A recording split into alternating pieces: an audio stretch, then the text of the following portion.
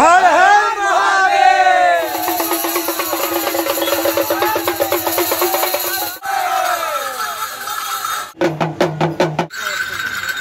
Good evening বন্ধুরা, আমি পিউষ তোমাদের জন্য নিয়ে এলাম আমার চ্যানেলে আর একটা নতুন ইন্টারেস্টিং ধামাকাদার ব্লগ ভিডিও নিয়ে। তো আজকে আমি যেতে চলেছি ভূতনাথ, আর ভূতনাথে ওখানে আছে শ্রাবণী মেলা। তো সেই মেলাটাই তোমাদেরকে এই ভিডিওর মাধ্যমে শেয়ার করবো। ভিডিওটা স্কিপ না করে একদম কন্টিনিউ দেখতে থাকবো। তো বন্ধুরা, আমরা কিন্তু চলে এসেছি ভূতনাথে একদমই সামনে।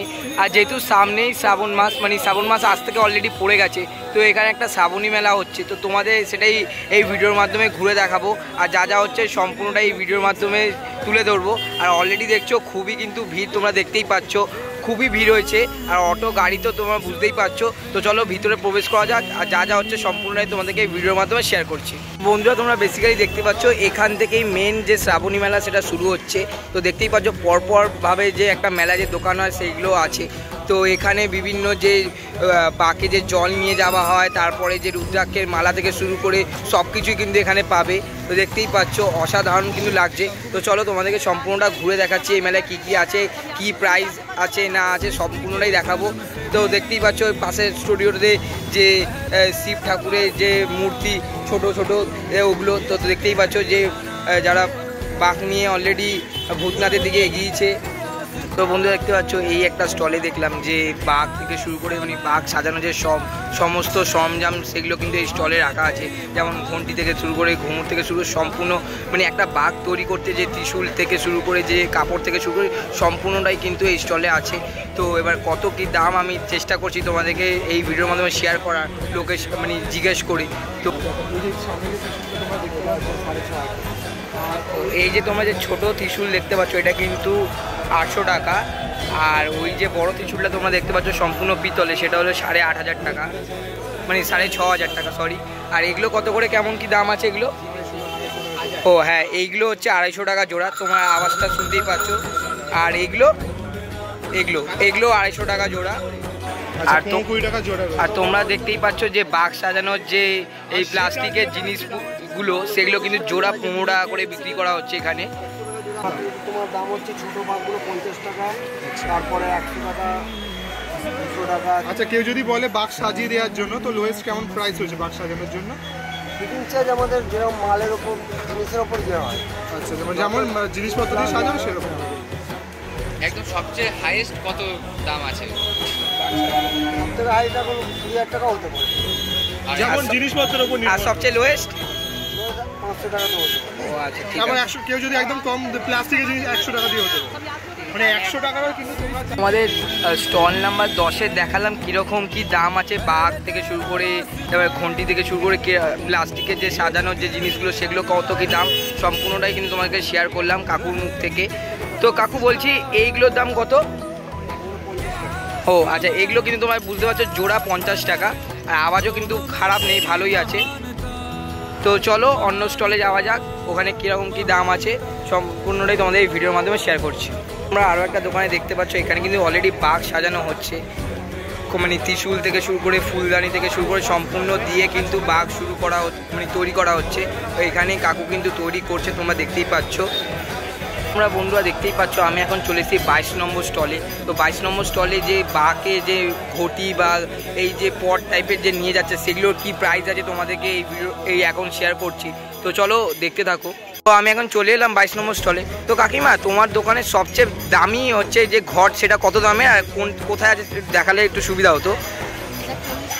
তো তোমরা দেখতেই পাচ্ছ 80 টাকা, মানে একটা পিস 40 টাকা, আর মানে দুটো নিলে 80 টাকা পড়বে। তো আর সবচেয়ে কম দামের কোনগুলো আছে?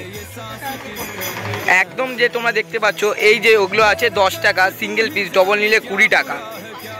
ওই হ্যাঁ, এই পাশেরটা তো দেখতেই পাচ্ছ। আর এই যে বাঘ সাজানো যে দড়িগুলো কেমন প্রাইস আছে?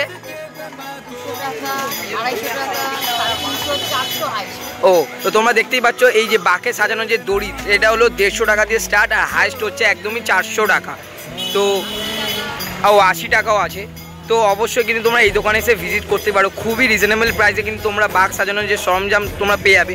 তো কাকিমা, তোমাকে যদি বলে কেউ আমাকে বাঘ সাজিয়ে দিতে হবে, তো কেমন কি প্রাইস নেবে তুমি একটা বাঘ সাজাতে?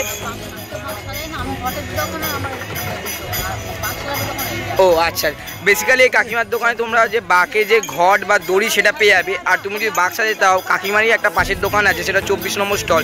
তো এখানে কিন্তু অলরেডি বাঁক সাজানো হচ্ছে, তোমরা দেখতেও পাচ্ছ। তো চলো আরও যাচ্ছি, এগাই, সম্পূর্ণটাই তোমাদেরকে শেয়ার করছি কত কি প্রাইস আছে।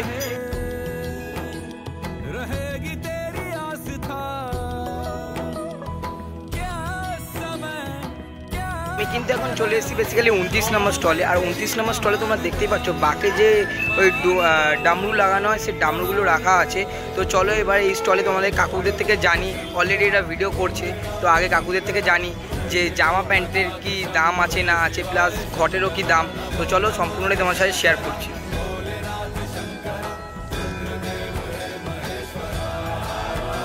বলছি তোমাদের দোকানে যে বাঁকে নিয়ে যাবার যে ঘট, সেটা মানে মেনলি কত দামের থেকে শুরু হচ্ছে?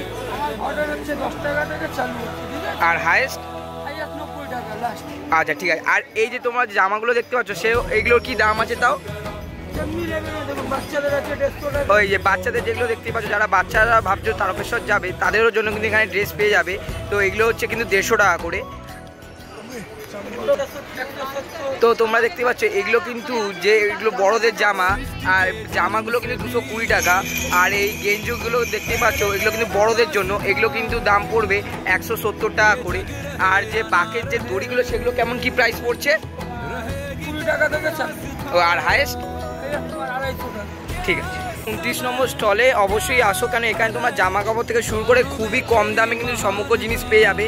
তো তোমরা আসতেই পারো কিন্তু এই স্টলে। তো ফাইনালি তোমরা দেখতেই পাচ্ছ, এটাই হলো ভূতনাথ মন্দির। আর ভূতনাথ মন্দিরের বাইরেটা কিন্তু অসাধারণভাবে সাজানো হয়েছে, তোমরা দেখতেই পাচ্ছ। আর খুবই কিন্তু ভিড় তোমরা বুঝতেই পারছো। এখানে কিন্তু বেসিক্যালি দেখতে পাচ্ছ যে পুজোর যে মিষ্টি থেকে শুরু করে যে সরঞ্জাম এখানে পাওয়া যাবে। এখান থেকে নিয়ে কিন্তু তোমরা ওই ভূতনাথ মন্দিরে গিয়ে পুজো দিয়ে আসতেই পারো। আর এখানে দেখতে পাচ্ছ ভূতনাথ মন্দিরের বাইরে কিন্তু অসাধারণভাবে সাজানো হয়েছে। আর এদিকে একদল যে লোক তারা চলে এসছে এই, তো দেখতেই পারলে এরা এবার এখান থেকে জল নিয়ে যাবে তারকেশ্বরের উদ্দেশ্যে, বাবার মাথায় জল ঢালতে।